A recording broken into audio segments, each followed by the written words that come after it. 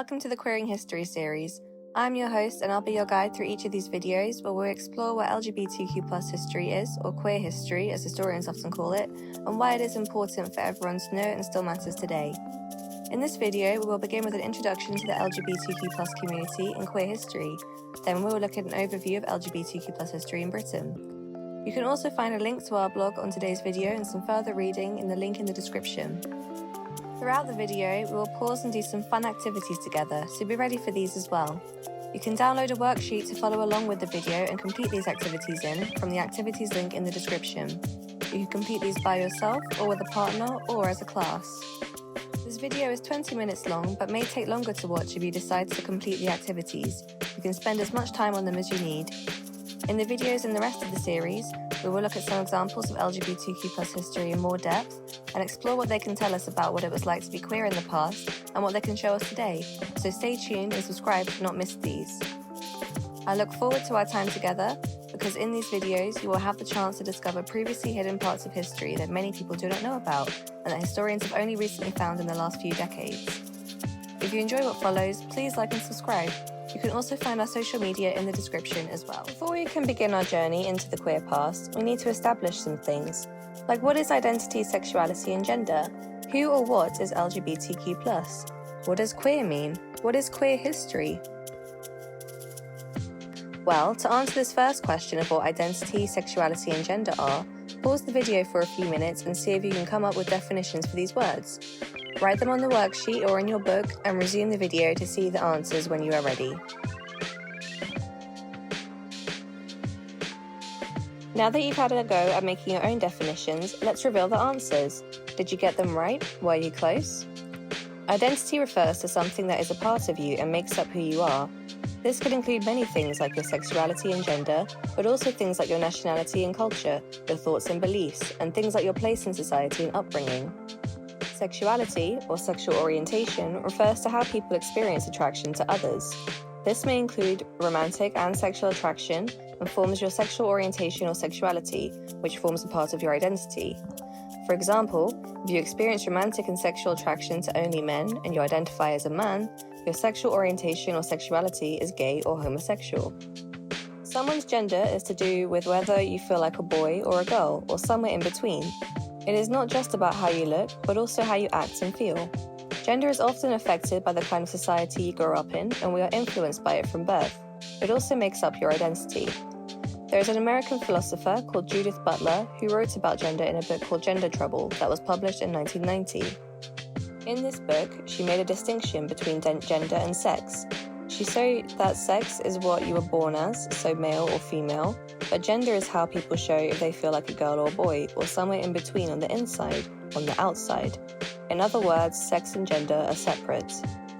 For example, wearing a dress has nothing to do with your body or how you were born, but they are mostly worn by women and seen as feminine, as that is how women and feminine people are expected to dress by society in order to express their gender, with men and masculine people not wearing dresses to express theirs.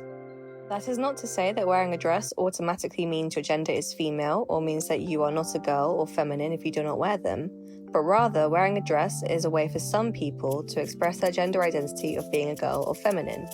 For others, not wearing a dress might be how they express being a girl or feminine. Others might just like wearing dresses. It is different for every person. So, Butler says that gender is things like this: how we choose to express our gender identities we feel on the inside, on the outside, in the societies and cultures we grew up in, and it is different to your sex. Now that we understand these words, we can answer these other questions. We have already mentioned the term LGBTQ+, so let's go over what it is and who it refers to. LGBTQ+ refers to the community or group of people that do not identify as heterosexual or cisgender. Cisgender is when you identify with the sex you were born as. Remember, sex is different to gender, which is what you identify with on the inside. So, if you are born with your sex being female, and you identify your gender as female or woman, then you are cisgender as your gender identity matches your sex. Heterosexual is when you experience romantic or sexual attraction only towards the opposite sex or gender. So a man who loves women and women who love men are heterosexual or straight. The acronym LGBTQ+ stands for lesbian, gay, bisexual, transgender and queer, or questioning for some people, which are the identities and groups of people within the whole community of people who are not heterosexual or cisgender. The plus at the end stands for other communities not already mentioned in LGBTQ+. Can you come up with definitions for lesbian, gay, bisexual and transgender? Pause the video and write your definitions in your worksheet or on some paper and resume the video when you are ready to see the answers. Now that you have had a go at making your own definitions, let's go through them. Are your definitions close to the ones below? Lesbian refers to some women or some non-binary people who have romantic and sexual attraction only towards other women and some non-binary people. Gay refers to men and some non-binary people who have romantic and sexual attraction only towards other men and some non-binary people. As well, there are different words that people may use to describe being gay, such as homosexual, which also refers to gay people, except the definition of homosexual can also include women and is more old-fashioned.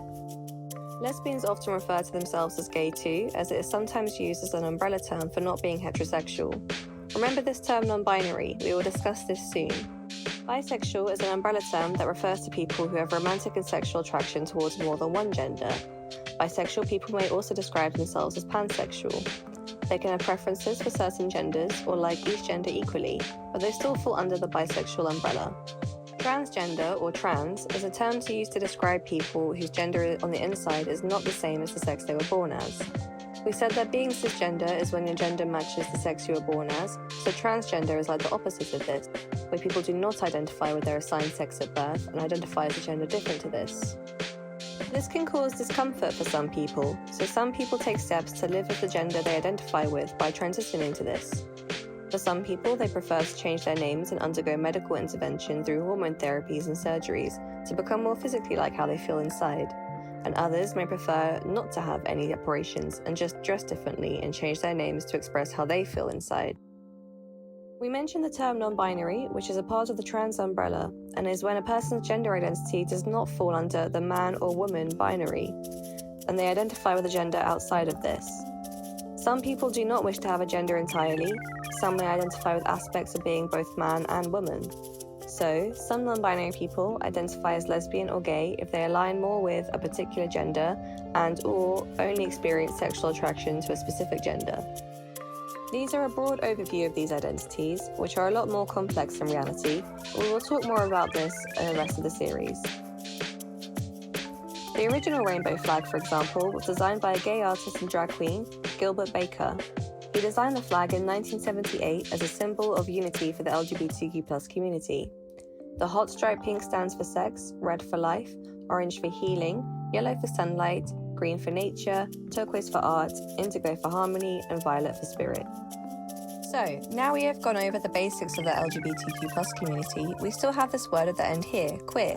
What does queer mean? Queer was originally used to mean odd or weird. It was used to refer to anything that was considered unusual at the time. In the 19th century, during the Victorian period though, the word's meaning began to change and it started to be used to more describe people who were not seen as normal because of their sexuality and gender.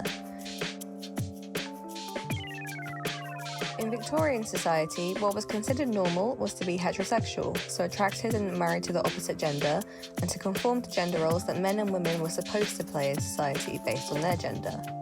For example, in families, there was supposed to be a stern father as the head of the house who worked, and a respectful mother who carried out domestic duties at home and raised their children to be the same. This family structure is known as the nuclear family, with two parents and their children. Obviously, not every family followed this standard, as often working-class women and children would work outside of the home to support their families, but the nuclear family and gender expectations that came with it was the standard for the time. It was quite similar to today, except these rules surrounding how men and women are supposed to be are a lot more relaxed now, and people are more free to express their gender and sexuality as they please. For example, it has been widely acceptable for women to work outside of the home since 1914, and lots of different types of families are more common now, like families with single, remarried, or same-sex parents. However, our society today is still very heteronormative, which means that being heterosexual is often seen to be the default or norm in people, so often LGBTQ+ people and their families are forgotten and not as represented. For example, how often do you see an LGBTQ+ couple in the media or in an advert, or popular TV show or film? Pause the video and discuss or have a think about any LGBTQ+ celebrities or characters that you know in popular culture. Write them in your worksheet or some paper and resume the video when you are ready to continue. During the 20th century, the word queer began to be used as a harmful, derogatory word for people who are what we would now call LGBTQ+, and it was particularly used towards gay men. Since then, though, in the 21st century, queer was reclaimed by some of those it was used against, and some people now identify as queer to describe their sexuality and gender more generally as not being heterosexual and/or cisgender, rather than using a specific letter in the acronym. This definition is debated by historians, but generally the word queer can be described as being anything that goes against what is considered to be normal in societies and cultures when talking about sexuality and gender. In which case, we can define queer history as the study of different sexual and gender identities across history in the context of different societies and cultures. Historians look at what was considered normal in societies in the past and find evidence of things that go against this, to locate queer history without imposing ideas about sexuality and gender from today onto the past. For example, in ancient Greece, which has overwhelming evidence of same-sex attraction existing in its society, experiencing same-sex attraction was not thought of by the ancient Greeks as being gay or LGBTQ+ like it is nowadays. They believed that sexual attraction did not define a person like we do, but that it was merely a behavior or an act. However, the norm in ancient Greek society was to marry the opposite gender, and men and women's sexuality were treated differently. So, though same-sex attraction was tolerated, it did go against the standards of marriage for men and women in ancient Greek society. So, this is queer history, as it goes against what was considered normal for sexuality and gender in ancient Greece. This is an example of how historians have used queer theory to locate queer histories. There has been evidence of queer history since ancient times, and it has been intertwined with a lot of different types of history that you may have already been taught in school. Except, you most likely have not been taught about much of this side of history for reasons that we will discuss later on. Now that we have spoken about queer history, pause this video for a few minutes and have a discussion. What are your opinions on why queer history is important? Discuss your ideas or think to yourself. Write down your thoughts and resume the video when you are ready. Now that we understand what sexuality and gender are, what the LGBTQ+ community is, and the different meanings of the word queer, and we have a definition of queer history and understand why it's important, let's get into some history. Here you can see a timeline with key dates from 1500 to 2013 that relate to British queer history, and you can also see the names of the events on each date on the timeline. Some have information describing the events, but the information describing others is missing for a few events and dates on the timeline. It is your job to match up the missing information with the event and date of when they happen. Let's do one together. This box says, a report released by the Wolfenden Committee that recommended homosexuality be made legal for men over 21 who are not in the military. It was unfortunately unsuccessful. It matches up with where the timeline says Wolfenden Report 1957. Now you try matching the rest of the information using what is already on the timeline to help you. Have a go at working it out, and we will go over the correct matches and the timeline. Pause the video and complete the rest of the task individually or in groups on your worksheet. Resume the video when you are ready for the answers. Now that you have had a go at matching the information to the dates and the events, let's see if you are right. You can see the correct matches below. So now all of our information is matched up, let's get into what happened during these dates. The first key date in the queer history of Britain is in 1533, when Parliament passed the Buggery Act that banned sodomy, a term for sex between men, for people outside of the church. It did not target homosexuals specifically, but many were convicted because of it and punished by death. Next, in 1828, the Buggery Act was repealed and changed to specifically target acts between homosexuals that were punishable by death. Then, in 1861, it was replaced with the Offences Against the Person Act that replaced the death penalty of the Buggery Act with prison time for as long as anywhere between 10 years and life. Then, in 1885, the Criminal Amendment Act was passed that was commonly used to prosecute homosexuals. It was commonly used to blackmail men who committed homosexual acts. It also changed the punishment for conviction to 2 years hard labour and was used to prosecute Oscar Wilde, a famous playwright of the time. The 19th century was overall not the best time to be LGBTQ+, to say the least. Then, in the 20th century, in 1921, there was an attempt from 3 MPs to make sexual acts between women illegal. It was not successful because people thought that it was okay for women to love each other, but because the government did not wish to draw any attention to female homosexuality and encourage people to partake in it. Things then started to get slightly better towards the late 20th century for LGBTQ+ people, but only slightly. In 1951, Roberta Cowell became the first transgender woman in the UK to medically transition by having surgery. As we've already looked at, the Wolfenden Report was then published in 1957, which advocated for the legalization of homosexuality, but was rejected at the time. Then, in 1966, the Beaumont Society was founded, which was set up to educate and provide medical and legal care to transgender people. Finally, though, in 1967, the Sexual Offences Act was put into action and homosexuality was no longer a crime in Britain, while only for men over the age of 21 and between two people at a time. Just as things were looking slightly better, though, the American Classification of Mental Disorders listed homosexuality as a disorder in 1968. As a result, many LGBTQ+ people suffer cruel treatments like conversion therapies to force them to be heterosexual or cisgender. The government has still not outlawed these treatments in 2022. In 1970, the Gay Liberation Front, or GLF, was established, and they encouraged members to come out and declare their sexuality and gender identities proudly and fight for social change. Although the group disbanded in 1973, it was the roots of the current LGBTQ+ community in Britain. They organised the first Gay Pride March in London in 1972, with 1,000 people taking part. In 1981, the first case of AIDS was reported in the UK. AIDS is a disease that HIV becomes. It is a virus that is contracted through sexual contact and blood, and as LGBTQ+ people had much less access to contraceptives and sex education, AIDS spread fast in these communities. There is no cure and it has a high death rate. Roughly 10,000 people died of AIDS in the UK during the 25-year-long crisis, which means that a large portion of the baby boomer generation of the LGBTQ+ community is sadly missing. In 1985, the Black Lesbian and Gay Centre was set up in London. It provided advice, a library and a helpline and was active until the 1990s. In 1988, Section 28 was passed. It was part of the Local Government Act that banned the promotion of homosexuality in local governments. So places like schools, councils and hospitals could not mention homosexuality or LGBTQ+ issues until 2003. This is why you most likely have not heard much about queer history in school before, as it was censored by the government. This led to a lot of LGBTQ+ people feeling isolated and bullied growing up, as there was no support in place for teachers or students. In 1992, the World Health Organization finally removed homosexuality from the classification of mental disorders. Then, in the 21st century, things got slightly better again for LGBTQ+ people. In 2001, LGBTQ+ people could legally serve in the military. In 2002, they gained equal rights to adopt children. In 2004, the Civil Partnership Act allowed LGBTQ+ people to enter a legal partnership, and the Gender Recognition Act gave transgender people legal recognition to be their preferred gender through changing their birth certificates. Finally, in 2013, marriage was legalized for LGBTQ+ people, who could only have a civil partnership beforehand.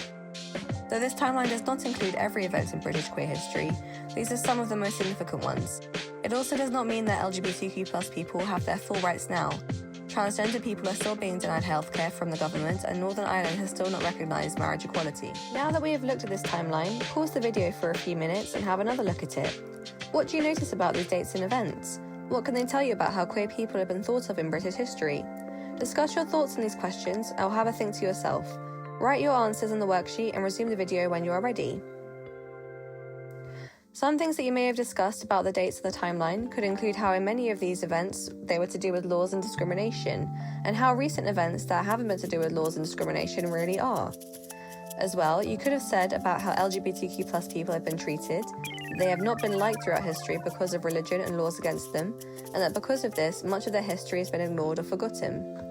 Test your knowledge of what you learned in the whole video before we finish.